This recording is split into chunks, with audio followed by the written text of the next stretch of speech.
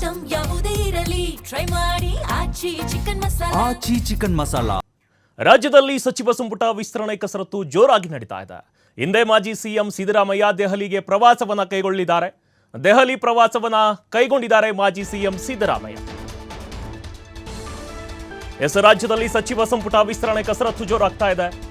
ಹಿಂದೆ ಮಾಜಿ ಸಿಎಂ ಸಿದ್ದರಾಮಯ್ಯ ದೆಹಲಿಗೆ ಪ್ರವಾಸವನ್ನ ಕೈಗೊಂಡಿದ್ದಾರೆ. ಇಂದು ಸಂಜೆ ಸಿಎಂ ಡಿಕೆಶಿ ಕೂಡ ಮಾಜಿ ಸಿಎಂ ಸಿದ್ದರಾಮಯ್ಯ ಇಬ್ರು ಕೂಡ ದೆಹಲಿಗೆ ಹಾರಲಿದ್ದಾರೆ. ಆಷಾಢದಲ್ಲೇ ಸಂಪುಟ ವಿಸ್ತರಣೆಗೆ ಸಚಿವ ಸ್ಥಾನದ ಆಕಾಂಕ್ಷಿಗಳೇನಿದ್ದಾರೆ ಅವರು ಇದೀಗ ಹಕ್ಕೊತ್ತಾಯವನ್ನು ಮಾಡ್ತಿದ್ದಾರೆ. ತಮ್ಮ ಬೆಂಬಲಿಗರಿಗೂ ಕೂಡ ಅವಕಾಶವನ್ನ ಕೊಡಿಸಲು ಸಿದ್ದರಾಮಯ್ಯ ಹೊರಟ್ರ ಅನ್ನೋ ಕುತೂಹಲ ಕೂಡ ಇದೀಗ ಮೂಡ್ತಾ ಇರೋದು.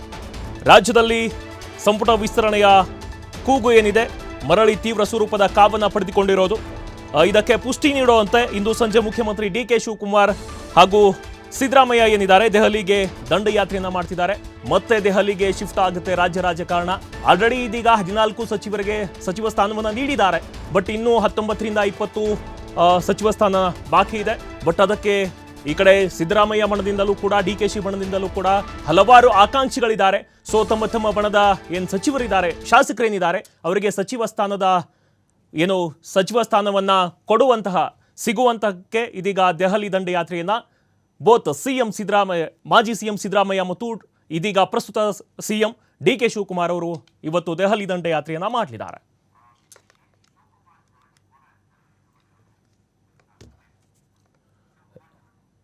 ಇನ್ನು ಇದರ ಬಗ್ಗೆ ಹೆಚ್ಚಿನ ಮಾಹಿತಿಯನ್ನು ನೀಡ್ತಾರೆ ನಮ್ಮ ಪ್ರತಿನಿಧಿ ಶಿವಕುಮಾರ್ ಜೋಹಳ್ಳಿ.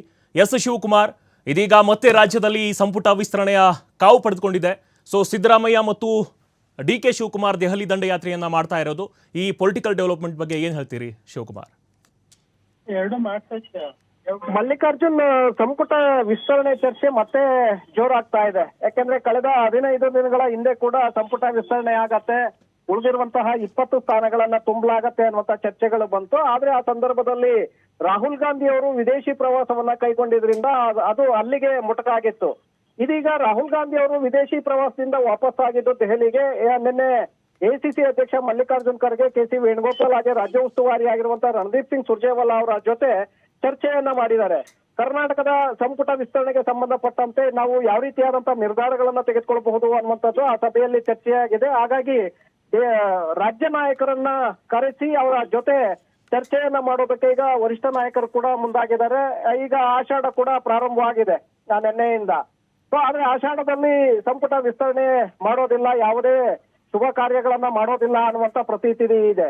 ಆದ್ರೆ ಕಾಂಗ್ರೆಸ್ ನಲ್ಲಿ ಆ ಪ್ರತೀತಿಗಳನ್ನ ಯಾವುದನ್ನು ಕೂಡ ನಂಬ್ತಾ ಇಲ್ಲ. ನಾವು ಆಷಾಢದಲ್ಲೂ ಕೂಡ ಮಾಡ್ತೇವೆ ಅನ್ನುವಂತ ನಿರ್ಧಾರದಲ್ಲೇ ಹೈಕಮಾಂಡ್ ನಾಯಕರು ಕೂಡ ಇದ್ದಾರೆ. ಹಾಗಾಗಿ ರಾಜ್ಯ ನಾಯಕರನ್ನ ಕರೆಸಿ ಅವರ ಜೊತೆ ಚರ್ಚೆಯನ್ನ ಮಾಡಿ ಅಂತಿಮವಾಗಿ ಸಂಪುಟ ವಿಸ್ತರಣೆಯನ್ನ ಮಾಡುವಂತಹ ಒಂದು ನಿರ್ಧಾರವನ್ನ ಇನ್ನೇನು 4-5 ದಿನಗಳಲ್ಲೇ ತೆಗೆದುಕೊಳ್ಳುವಂತಹ ಸಾಧ್ಯತೆಗಳು ಕೂಡ ಇದೆ. ಇವತ್ತು ಈಗ ಸುದ್ದಿಗೋಷ್ಠಿಯ ನಂತರ ಸಿಎಂ ಡಿಕೆ ಶಿವಕುಮಾರ್ ಅವರು ದೆಹಲಿ ಪ್ರಯಾಣವನ್ನ ಬೆಳೆಸ್ತಾ ಇದ್ದಾರೆ. ಹಾಗೆ ಸಂಜೆ ಸಿದ್ದರಾಮಯ್ಯ ಅವರು ಕೂಡ ಹೋಗ್ತಾರೆ ಅನ್ನುವಂತ ಮಾಹಿತಿಗಳು ಬರ್ತಾ ಇದೆ. ಯಾಕಂದ್ರೆ ಸಿದ್ದರಾಮಯ್ಯ ಅವ್ರದ್ದು 17ರ ಸಂಜೆ ದೆಹಲಿ ಪ್ರಯಾಣ ಮಾಡ್ತಾರೆ ಅನ್ನುವಂಥದ್ದು ನಿಗದಿಯಾಗಿತ್ತು. ಆದ್ರೆ ಈಗ ಸಿಗ್ತಾ ಇರುವಂತಹ ಮಾಹಿತಿಗಳ ಪ್ರಕಾರ ಇವತ್ತು ಸಂಜೆನೆ ಅವರು 7 ಗಂಟೆಗೆ ದೆಹಲಿಗೆ ತೆರಳ್ತಾ ಇದ್ದಾರೆ ಅನ್ನುವಂತ ಮಾಹಿತಿಗಳಿದೆ. ಹಾಗಾಗಿ ಹರಿಪ್ರಸಾದ್ ಅವರು ಕೂಡ ದೆಹಲಿಗೆ ಭೇಟಿಯನ್ನ ಕೊಂಡಿದ್ದಾರೆ.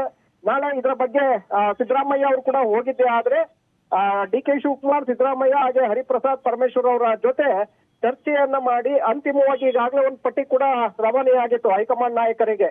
ಇಂತಿಂತವರಿಗೆ ಅವಕಾಶವನ್ನ ಮಾಡ್ಕೊಡ್ಬಹುದು, ಇಷ್ಟು ಜನ ಹೊಸಬರು, ಹಾಗೆ ಜಾತಿವಾರು, ಸಮುದಾಯವಾರು, ಜಿಲ್ಲಾವಾರು ಮಾನದಂಡಗಳನ್ನ ಇಟ್ಕೊಂಡೆ ಇಂಥವ್ರಿಗೆ ಅವಕಾಶವನ್ನ ಮಾಡ್ಕೊಡ್ಬಹುದು ಅನ್ನುವಂತ ಪಟ್ಟಿಯನ್ನ ಸಿದ್ದರಾಮಯ್ಯ ಅವರು ಕೂಡ ಕೊಟ್ಟಿದ್ರು. ಆಗ ಡಿಕೆ ಶಿವಕುಮಾರ್ ಅವರು ಕೂಡ ಒಂದು ಪಟ್ಟಿಯನ್ನ ಕೊಟ್ಟಿದ್ರು. ಆದ್ರೆ ಅದು ಪೆಂಡಿಂಗ್ ಉಳಿದಿದೆ. ಈಗ ಅದಕ್ಕೆ ಹೊಸದಾಗಿ ಕೆಲವು ಹೆಸರುಗಳು ಆಡ್ ಆಗಬಹುದು ಅಥವಾ ಹಿಂದಿರುವಂತಹ ಪಟ್ಟಿಯಲ್ಲಿ ಕೆಲವು ಹೆಸರುಗಳನ್ನ ಕೈಬಿಟ್ಟು ಅಂತಿಮವಾಗಿ ಸುಮಾರು 15ರಿಂದ 17 ಸಚಿವ ಸ್ಥಾನಗಳನ್ನ 2ನೇ ಹಂತದಲ್ಲಿ ಭರ್ತಿ ಮಾಡುವಂತಹ ಒಂದು ನಿರ್ಧಾರವನ್ನ ಹೈಕಮಾಂಡ್ ತೆಗೆದುಕೊಳ್ಳುತ್ತೆ ಅನ್ನುವಂತ ಮಾಹಿತಿಗಳು ಸಿಗ್ತಾ ಇದೆ. ಹಾಗಾಗಿ ಹಿಂದೆ ಸಿದ್ದರಾಮಯ್ಯ ಅವರ ಸರ್ಕಾರದ ಅವಧಿಯಲ್ಲಿ ಇದ್ದಂತಹ ಕೆಲವು ಯಾರೇನು ಸಚಿವರು, ಮಾಜಿ ಸಚಿವರು ಏನಾಗಿದ್ದಾರೆ ಅವರಿಗೂ ಕೂಡ ಈಗ ಸಂಪುಟದಲ್ಲಿ ಅವಕಾಶ ಸಿಗುತ್ತೆ ಅನ್ನುವಂಥದ್ದಿದೆ. ಸೊ ನೋಡ್ಬೇಕಾಗತ್ತೆ ಯಾರಿಗೆಲ್ಲ ಅವಕಾಶ ಸಿಗುತ್ತೆ ಅನ್ನುವಂಥದ್ದನ್ನ ನೋಡ್ಬೇಕಾಗತ್ತೆ. ಮಧು ಬಂಗಾರಪ್ಪ, ಶಿವರಾಜ್ ತಂಗಡಗಿ ಹಾಗೆ ಸಂತೋಷ್ ಲಾಡು ಜೊತೆಗೆ ಎಚ್.ಕೆ. ಪಾಟೀಲ್ ಅವರ ಹೆಸರುಗಳು ಕೂಡ ಈಗ ಮುಂಚೂಣಿಯಲ್ಲಿದೆ. ಹಿಂದೆ ಸಿದ್ದರಾಮಯ್ಯನವರ ಸರ್ಕಾರದಲ್ಲಿ ಕೂಡ ಅವರು ಸಚಿವರಾಗಿದ್ರು. ಈಗ ಮತ್ತೆ ಅವರಿಗೆ ಅವಕಾಶವನ್ನ ಮಾಡಿಕೊಡುವಂತ ನಿರ್ಧಾರವನ್ನು ಹೈಕಮಾಂಡ್ ತೆಗೆದುಕೊಳ್ಳುತ್ತೆ ಅನ್ನುವಂತ ಮಾಹಿತಿಗಳಿದೆ. ಹಾಗಾಗಿ ನೋಡ್ಬೇಕಾಗತ್ತೆ. ಇನ್ನ ಸುಮಾರು 3-4 ಬಾರಿ ಗೆದ್ದಂತವ್ರು, 5-6 ಬಾರಿ ಗೆದ್ದಿರುವಂತಹ ಶಾಸಕರು ಕೂಡ ಇದ್ದಾರೆ. ಅದರಲ್ಲಿ ಅಲ್ಲಮಪ್ರಭು ಪಾಟೀಲ್ ಇರ್ಬೋದು, ಅಶೋಕ್ ಪಟ್ಟಣ್ ಅವರು ಇರ್ಬೋದು, ಶಿವಲಿಂಗೇಗೌಡ, ಹಾಗೆ ಮಾಗಡಿ ಬಾಲಕೃಷ್ಣ ಸೇರಿದಂತೆ ಹಲವರು 3-4 ಬಾರಿ ಗೆದ್ದಿರುವಂತವ್ರು ಇದ್ದಾರೆ. ಅವರಲ್ಲಿ ಕೆಲವರಿಗೆ ಅವಕಾಶವನ್ನ ಮಾಡ್ಕೊಡ್ಬೋದು. ಹಾಗೆ ಹೊಸದಾಗಿ ಗೆದ್ದಿರುವಂತಹ ಶಾಸಕರು ಏನಿದ್ದಾರೆ, ಮೊದಲ ಬಾರಿ ಗೆದ್ದಂತವ್ರು, ಅವರಲ್ಲಿ ಒಂದಿಬ್ಬರಿಗೆ ಅವಕಾಶ ಸಿಗುತ್ತೆ ಅನ್ನುವಂಥದ್ದಿದೆ. ಸೊ ನೋಡ್ಬೇಕಾಗತ್ತೆ ಅಂತಿಮವಾಗಿ ಹೈಕಮಾಂಡ್ ಯಾವ ನಿರ್ಧಾರವನ್ನ ತೆಗೆದುಕೊಳ್ಳುತ್ತೆ ಅನ್ನುವಂಥದ್ದು.